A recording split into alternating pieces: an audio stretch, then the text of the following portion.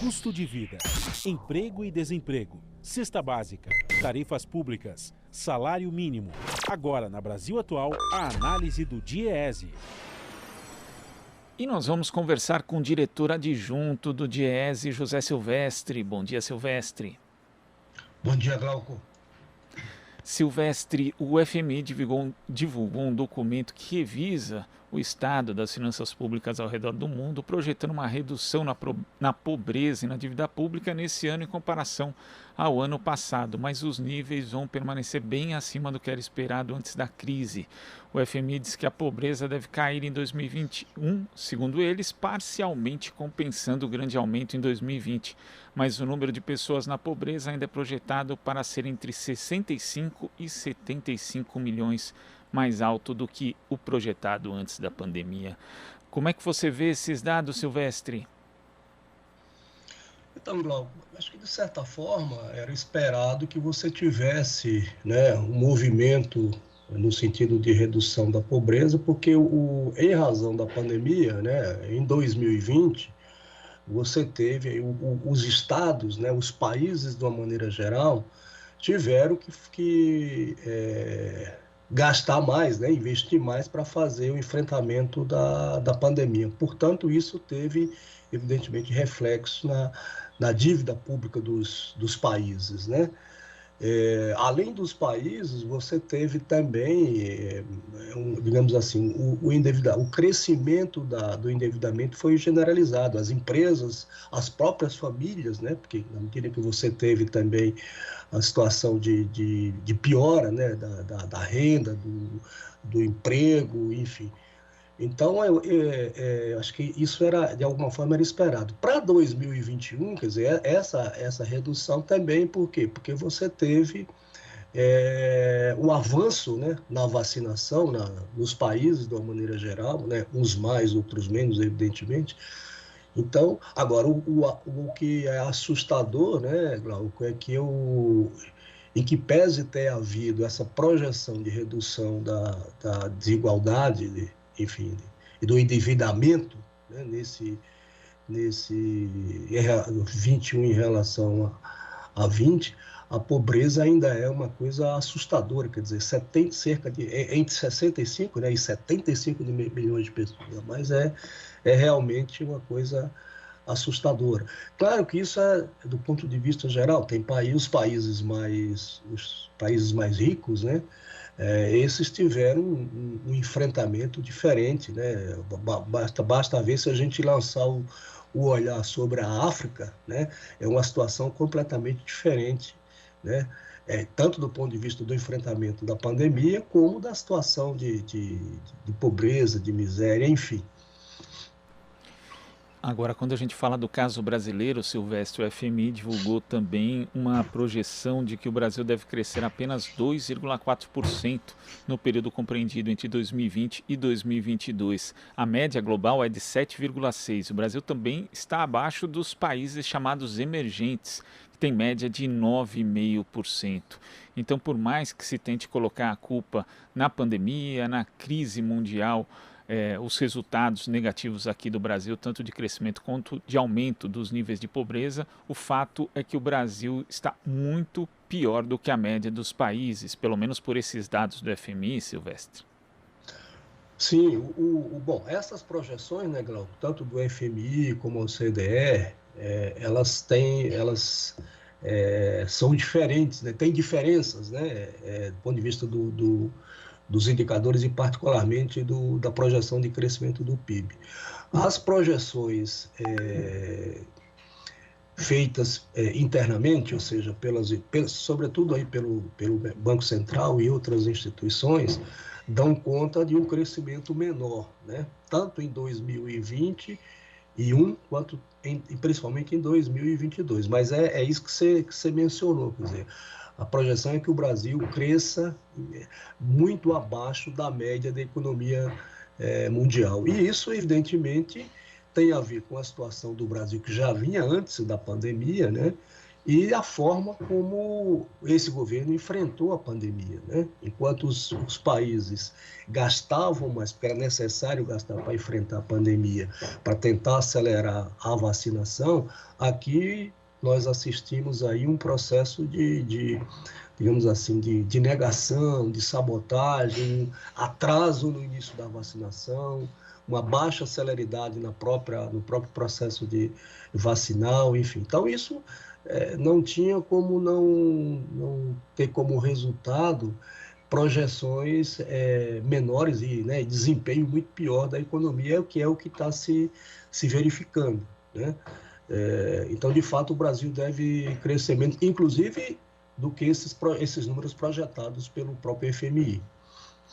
Tem um ponto importante, né, Silvestre, porque com a postura do governo brasileiro não tinha como dar certo e de fato não deu.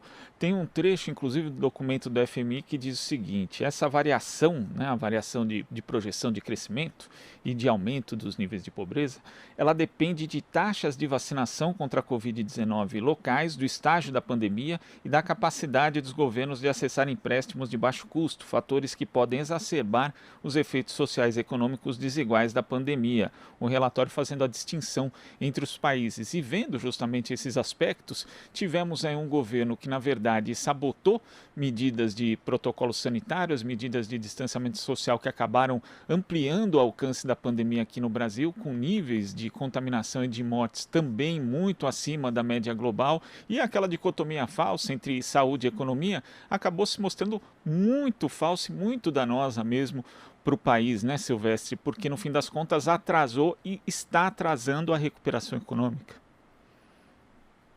Pois é, e os dados, né, Glauco, me parece que são reveladores, né, de como os países enfrentaram, os diversos países enfrentaram a pandemia. No nosso caso, é isso, quer dizer, desde o início da pandemia, lá em meados de março do ano passado, né, quando se teve notícia aí do primeiro caso, enfim, a gente tem acompanhado sistematicamente um processo de enfrentamento da pandemia, é isso mesmo, de negar, de sabotagem, de desorientação, quer dizer, e isso, desorientação em relação às medidas necessárias recomendadas tanto pela Organização Mundial da Saúde como pelo próprio Ministério, enfim, pelas autoridades sanitárias de uma maneira geral, quer dizer, e o governo indo sempre numa direção contrária. Então, isso evidentemente teve reflexo em 2020 e está tendo ainda em 2021. Basta comparar, né, o percentual da população que já está imunizada com as 2 doses ou com a dose única, entre o Brasil, por exemplo, e os diversos países, né? Nós estamos lá atrás, né? Por exemplo, até mesmo países aqui do nosso continente, como Chile, Argentina, Uruguai, por exemplo, estão muito mais avançados do que o Brasil, né? Então, isso é reflexo da forma como esse governo enfrentou e vem enfrentando a pandemia. Então, não tinha como esperar resultados diferentes, seja do ponto de vista do desempenho da economia, seja do ponto de vista da vacinação, né? Enfim, então é isso que, infelizmente, a gente está enfrentando no Brasil. E tem sempre uma falsa solução mágica, né, Silvestre? Ontem o ministro da Economia, Paulo Guedes, falou a jornalistas em Washington que uma das possibilidades era vender ações da Petrobras e usar o dinheiro no combate à pobreza. Eu vou ler as aspas aqui do ministro. Quando o preço dos combustíveis sobe, os mais frágeis é que estão com dificuldade. Imagine então se eu vender um pouco das ações da Petrobras e der para eles esses recursos. Não faz sentido o país ficar mais rico e o pobre ficar mais pobre. Bom, primeiro que o país não está ficando mais rico, é um segmento do país que está ficando mais rico, né? A gente sabe, aquele menos de 1%. E também uma solução estapafúrdia, Silvestre, porque vender ações, você achar uma forma de descapitalizar a Petrobras ou fazer privatizações disfarçadas para justificar o uso desse recurso no combate à pobreza, o que está deixando as pessoas mais pobres ainda é justamente a política de preço da Petrobras imposta pelo governo Bolsonaro, que é uma continuidade daquilo que foi implantado no governo Temer. Então esse Sim, tipo de solução também acaba não levando a lugar nenhum, Silvestre. uhum. Isso é mais, digamos, como é que a gente pode dizer, é mais uma pérola do ministro da Economia, né? É, é isso, é a política errática de preços da Petrobras que tem feito com que o petróleo, os derivados do petróleo, sobretudo, tenham aumentado de forma exagerada, né, nesses últimos... É isso que você falou, do governo Temer, lá em 2016, que tem essa mudança, né, e isso que você sabe, né, Gal? Principalmente o aumento de preços de petróleo, de derivados de petróleo, ele tem reflexo na economia de uma maneira geral, né? Então, não é à toa que a gente tem uma aceleração da inflação no Brasil, não apenas dos produtos, dos derivados de petróleo de uma maneira geral, mas de outros produtos, né? Por quê? Porque, por exemplo, o aumento de gasolina, diesel, tem um aumento, um reflexo direto no aumento do frete, por exemplo, né? Que por sua vez se irradia para outras cadeias produtivas, enfim. Então, não é isso que vai resolver, né? O governo teria que ter mecanismo, né? Teria que ter uma política de contenção, né, da inflação. Outra questão em relação especificamente em relação aos alimentos, né, aos produtos alimentícios, você tem o impacto do aumento do petróleo, por exemplo, do diesel, da gasolina, etc. Mas vamos combinar também que você teve uma política do governo de esvaziamento, né, dos chamados estoques reguladores. Isso a gente observou já no ano passado. Enfim, é essa política que tem feito com que você tenha, entre outros aspectos, a inflação acelerada do jeito que se acelerou desde... Começou lá em setembro, mais ou menos setembro de 2020, né? E com sinais, né, de continuar em patamar elevado nesses próximos meses. Infelizmente, Silvestre, queria agradecer a sua participação aqui no Jornal Brasil Atual e até a próxima. Até a próxima, um bom dia para você, Glauco. Bom dia. Conversamos aqui com o diretor adjunto do DIEESE, José Silvestre.